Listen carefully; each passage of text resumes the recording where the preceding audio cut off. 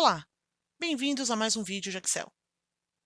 Usar a fórmula C ou condicional no Excel, quando você tem duas ou três possibilidades, é tranquilo. Por exemplo, se somos donos do estacionamento e vamos cobrar 10% a mais para os carros que estacionarem durante o final de semana, temos, se for final de semana, 10%. Se não, o resto, zero. Note que é apenas um C quando eu tenho duas possibilidades, semana e final de semana. Agora, se eu colocar mais uma possibilidade, final de semana 10%, sexta-feira 5% e os demais 0%, eu tenho, se for final de semana, 10, se for sexta, 5, se não, o resto, 0. Notem que quando temos três possibilidades, são dois Cs. Isso significa que, regra prática, quando você tem x possibilidades, você vai sempre usar x menos 1 Cs para você chegar a algum valor. Mas pense comigo, e se tivermos 7 possibilidades, 10 possibilidades? No caso do nosso estacionamento, vamos supor que a gente dê desconto de acordo com o dia da semana. Como fazer? Colocar 6 Cs em sequência não é muito interessante. É para isso que existe o PROC-V. Ele procura um valor para comparar. Se ele achar, ele traz outra informação. Vamos à prática. Em um restaurante, temos uma lista de pedidos de bebidas. Aqui ao lado, temos uma listinha com o preço das bebidas. Repare que é como se fosse um C. Se for água tônica, R$ 1,98. Se for Coca-Cola, R$ 1,85 e assim por diante. Mas como são várias opções, eu vou usar o PROC-V.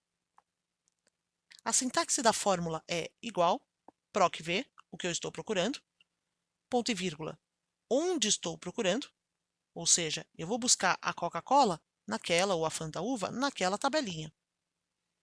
Ponto e vírgula. Se eu achar, o que eu trago? Notem que nessa tabelinha aqui, nessa primeira coluninha aqui, eu tenho o nome da bebida, que é sempre onde o Excel vai procurar. Na segunda coluninha, eu tenho fornecedor e na terceira o preço. Então, quando o Excel achar o valor da bebida, eu não vou querer o fornecedor, que está na coluna 2. Eu vou usar a coluna 3. Note que eu começo a contar dessa seleção. Coluna 1, coluna 2, coluna 3. Ponto e vírgula, verdadeiro ou falso. Esse verdadeiro ou falso eu já vou explicar como é que é. Vamos ao primeiro. Igual, PROC-V, abro parênteses. O que eu estou procurando? O nome do refrigerante. Ponto e vírgula. Onde eu estou procurando? Nessa minha matriz. Vou selecionar e, muita atenção, vou apertar o F4 do teclado. Para quê? Para travar essa célula.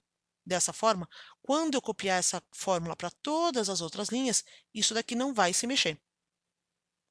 Ponto e vírgula. Se ele achar Fanta Uva nessa coluna, vamos contar a coluna 1, coluna 2 e coluna 3. Vou colocar o número 3, assim mesmo. E, por fim, por enquanto eu já explico, eu vou colocar falso, ou o que ele chama de correspondência exata. Fecho parênteses e dou Enter. Então, repara que, no caso da Fanta Uva, ele coloca o valor de 1,67. O legal do PROC-V é que, se eu mudar o valor original, vamos supor, a Fanta Uva de repente ficou em 1,32. Ele muda automaticamente o valor na minha lista. Então, vou dar um voltar para voltar ao valor original.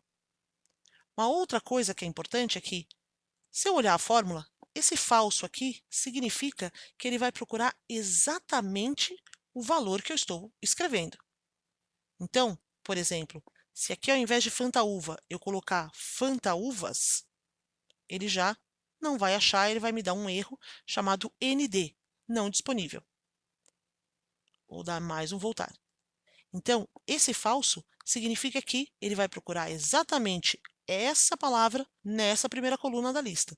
Se ele não encontrar, ele vai devolver o erro ND. E aí eu copio a fórmula para as demais células.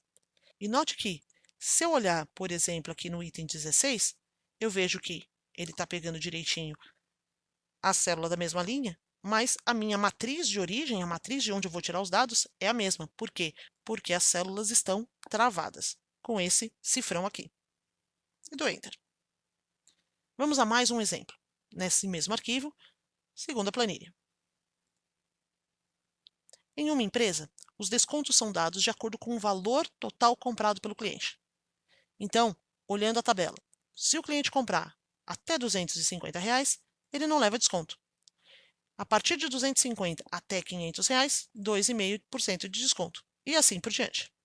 Aliás, eu vou até melhorar aqui o nome da coluna e colocar valor mínimo comprado. A questão agora é como levar esses valores para a lista de clientes, usando o PROC-V. Mas a gente viu que o PROC-V, quando a gente usa falso, ele vai pegar o valor verdadeiro. Então, nesse primeiro valor aqui de R$ 6.910, não tem nenhum item aqui na tabela de referência com esse valor.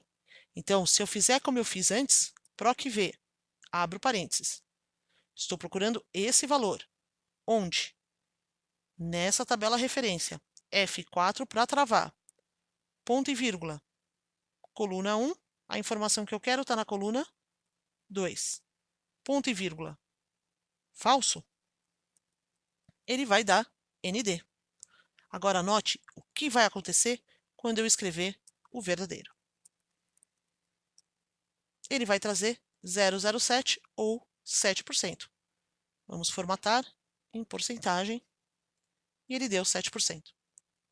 Qual é a lógica do Excel? Ele vai olhar esse valor nessa planilha aqui, nessa planilhinha. Ele vai andando. É maior do que zero? É. Quando ele bate aqui no 250, ele verifica. O 6.910 é maior ou menor? Se for maior, ele continua andando. Isso significa que o Excel sabe que o 6.910 está entre esse valor e esse. Quando ele encontra o limite superior de 10.000 que bate, ou seja, 6.910 está entre esses dois, ele vai pegar o valor de 7, o valor que está ligado ao limite inferior. Então, o Excel chama o aproximado o que estiver entre esses dois limites. Note que, por exemplo, se eu colocar aqui R$ 5.000, ele continua no 7%. Mas se o valor for R$ 4.999,99, ele vai colocar os 5%, mesmo que ele tenha arredondado aqui, porque o valor real é 4.999, ele só arredonda para a nossa visualização. Vou dar o voltar para voltar ao valor original. Atenção a um pequeno detalhe. Como o Excel vasculha a planilha e sempre compara o limite inferior e o limite superior, quando você for usar o verdadeiro, sempre coloque os seus valores de referência na ordem crescente ou alfabética se você estiver comparando um texto. Senão, ele não funcionará.